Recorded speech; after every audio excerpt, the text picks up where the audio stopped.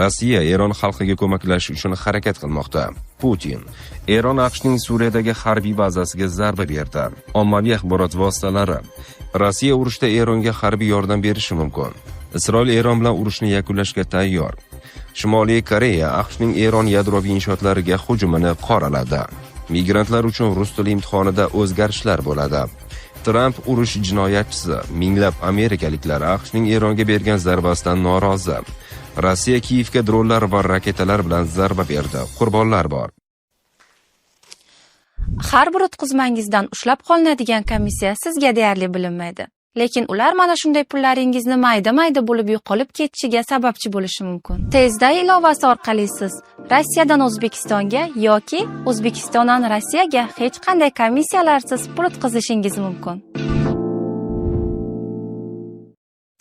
Rossiya Eron xalqiga ko'maklashish uchun harakat qilmoqda. Putin: 23-iyun kuni Rossiya Federatsiyasi prezidenti Vladimir Putin Kremlda Eron tashqi ishlar vaziri Abbos Aroqchi bilan uchrashuv o'tkazdi. Bu haqda Kreml matbuot xizmati xabar qilgan. Siz Rossiyaga nihoyatda murakkab davrda, mintaqada va mamlakatingiz atrofida keskinlik kuchaygan bir paytda tashrif buyurdingiz. Bizning sodir bo'layotgan voqealarga nisbatan pozitsiyamiz yaxshi ma'lum. Bu Rossiya nomidan tashqi ishlar vazirligi tomonidan aniq ifodalangan va siz BMT Xavfsizlik kengashida biz egallagan pozitsiyadan xabardorsiz, degan Putin. Shuningdek, u Eronga qarshi AQSh tomonidan sodir etilgan tajovuz butunlay asossiz va hech qanday oqlovga ega emasligini, Rossiya Eron bilan uzoq yillik do'stona va ishonchli aloqalarga ega ekanligini aytgan. Biz o'z navbatida Eron xalqiga ko'maklashish uchun harakat qilyapmiz. Siz bugun Moskvadasiz, bundan mamnunman. Bu bizga bu og'ir masalalarni muhokama qilish va mavjud vaziyatdan chiqish yo'llari ustida birgalikda fikr yuritish imkonini beradi, deb ta'kidlagan Rossiya yetakchisi. Eron AQShning Suriyadagi harbiy bazasiga zarba berdi. Eron harbiylari Suriyaning hududida joylashgan AQSh harbiy bazasiga zarba berdi. Bu haqda Eron ommaviy axborot vositalariga tayanib SGTN xabar qilgan. Hozircha bu ma'lumot rasman AQSh tomonidan tasdiqlanmagan. Dastlabki taxminlarga ko'ra, bu zarba Eronga qarshi AQSh tomonidan 22-iyun kuni uyushtirilgan hujumlarga javoban amalga oshirilgan. AQSh tomoni bu hujumlarni Eronning yadroviy dasturini jilovlash zarurati bilan asoslagan. Hozircha holat yuzasidan rasmiy Tehron tomonidan ham, Pentagon tomonidan ham rasmiy tasdiq yoki inkor berilmagan. Qolaversa, voqea tafsilotlari hali ham to'la aniqlashtirilmagan. Eronning Mehr axborot agentligi ham Suriyaning shimoli-sharqidagi Hasaka shahridagi baza hujumga uchraganini ma'lum qilmagan. Rossiya urushda Eronga harbiy yordam berishi mumkin. Rossiya Eron-Isroil mojarosida Eron tomoniga harbiy yoki boshqa turdagi yordam ko'rsatishi Tehronning qanday rasmiy so'rov bilan murojaat qilishiga bog'liq bo'ladi. Bu haqda Rossiya prezidentining matbuot kotibi Dmitriy Peskov Kommersant savoliga javoban ma'lum qildi. Nashrga ko'ra, Peskovdan Rossiya Eron tomoniga havo hujumida mudofaa vositalari, jumladan S-300 yoki S-400 tizimlarini yetkazib berish imkoniyati haqida so'ralganda, u bu savolga bevosita javob bermagan. Barchasi eronlik do'stlarimiz qanday masalani muhokamaga olib chiqishiga bog'liq.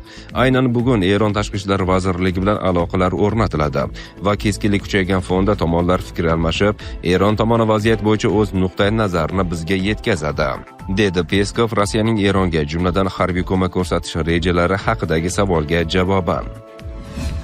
Tramp urush jinoyatchisi. Minglab amerikaliklar AQShning Eronga bergan zarbasidan norozi. AQSh harbiylari tomonidan Eron yadroviy obyektlariga zarba berilgach, Nyu-Yorkda AQSh rahbari Donald Trampga qarshi namoyishlar boshlandi. Bu haqda 22-iyun kuni NBC News xabar qilgan. Namoyishchilar Nyu-Yorkdagi Times Square va AQShning turli hududlarida yig'ila boshladi. Bu namoyishlar Tramp ma'muriyati tomonidan Erondagi yadroviy obyektlarga uyushtirilgan zarbalarga javoban bo'lib o'tmoqda. Hodisa joyidan olingan videolarda namoyishchilar ko'chalarda Eron bilan urushga yo'q degan mazmundagi plakatlarni ko'tarib turgani ko'rinadi. Qolaversa, ular Tramp urush jinoyatchisi yozuvlar yozilgan plakatlarni ham namoyish qilayotganini ko'rish mumkin. Migrantlar uchun rus tili imtihonida o'zgarishlar bo'ladi. Xususan, patent oluvchilar uchun rus tili imtihonida audio ravaniya topshiriqlari soni oshirildi. Endi ikkita vazifa o'rniga 4 ta shunday vazifa bo'ladi. RVP yoki VNJ oluvchilar imtihondan muvaffaqiyatli o'tish, tinglash va gapirish bo'linmalaridan to'planish kerak bo'lgan eng kam ballar miqdori belgilanadi. Shuningdek, imtihonning ushbu bo'limida savollar umumiy soni 2 barobar oshiriladi.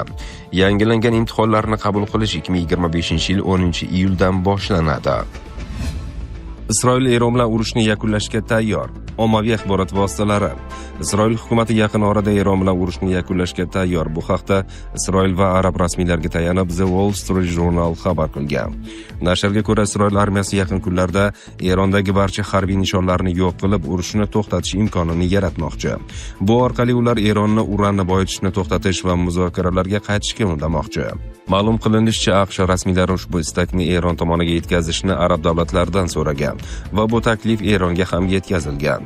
Eron tomoni esa ushbu so'rovga yo'q deya javob bergan va Eronning harakatlari davom etishini bildirgan. Biz hozircha urushni to'xtata olmaymiz, chunki AQShning 22-iyun kuni tongidagi yadroviy markazlarga qilgan hujumiga javob bermasdan bo'lmaydi, deyiladi xabarda. Shimoliy Koreya AQShning Eron yadroviy inshootlariga hujumini qoraladi. Koreya Xalq Demokratik Respublikasi dushanba kuni AQShning Eron yadroviy inshootlariga bergan harbiy zarbasini keskin qoraladi. Bu haqda Sinhua agentligi Koreya rasmiy markaziy axborot agentligiga tayanib xabar bermoqda. Hujum BMTning suverenitetini hurmat qilish va ichki ishlarga aralashmaslikni asosiy tamoyil sifatida belgilovchi nizomini va boshqa xalqaro qonunlarni, shuningdek suveren davlatning hududiy yaxlitligi va xavfsizlik manfaatlarini qo'pol ravishda buzdi. U bilan birga tinchlikni saqlash va tahdidni yo'q qilish bahonasida Isroil va Qo'shma Shtatlar Yaqin Sharqdagi keskinlikni yanada kuchaytirgani va jismoniy kuchini namoyish etib, global xavfsizlik tuzilmalari uchun jiddiy salbiy oqibatlarni keltirib chiqarganini aytdi. Xalqaro hamjamiyat AQSh va Isroilning qarama-qarshi harakatlarini bir ovozdan qoralashi kerak, deyiladi bayonotda. Rossiya Kiyevga dronlar va raketalar bilan zarba berdi. Qurbonlar bor. 23-iyun kuni tongida Rossiya Federatsiyasi qo'shinlari Ukrainaning Kiyev shahriga raketa va dronlar bilan hujum uyushtirdi. Bu haqda mahalliy hokimiyat organlari hamda Ukraina bosh prokuraturasi xabar qilgan. Qayd etilishicha, soat 8:30lar holatiga ko'ra 6 nafar tinch aholi vakili halok bo'lgani ma'lum bo'lgan. Yana 16 kishi, jumladan 15 yoshli qiz jarohatlangan. Kiyev meri Vitaliy Klichko esa 19 nafar jabrlanganlar haqida ma'lumot berdi. Ulardan 8 nafari shifoxonaga yotqizilgan. Hujum oqibatida Shevchenko tumanida joylashgan 5 qavatli uyning kirish qismi butunlay qulab tushgan. Voqea joyida qutqaruv ishlari davom etmoqda. Vayronalar ostida odamlar bo'lishi mumkin. Yondosh binoda portlash to'lqini oynalarni sindirgan, yonida turgan avtomobillar yonib ketgan. Shuningdek, Svyatashino, Salomyanka, Galasiyeva va Darnitsa tumanlarida ko'p kvartirali va yakka tartibdagi uylar, ofis binolari, ovqatlanish muassasalari, savdo rastalari va avtomobillar zarar ko'rgan. Ukraina favqulodda vaziyatlar davlat xizmatiga ko'ra, Kiyev viloyatida ham bir nafar tinch aholi halok bo'lgan, yana 8 kishi jarohatlangan. Hujum oqibatlarini bartaraf etish chog'ida 2 nafar qutqaruvchi jarohat olgan. Kiyev viloyatining Borispol tumanida hujum oqibatida 2 xonadon yonib ketgan.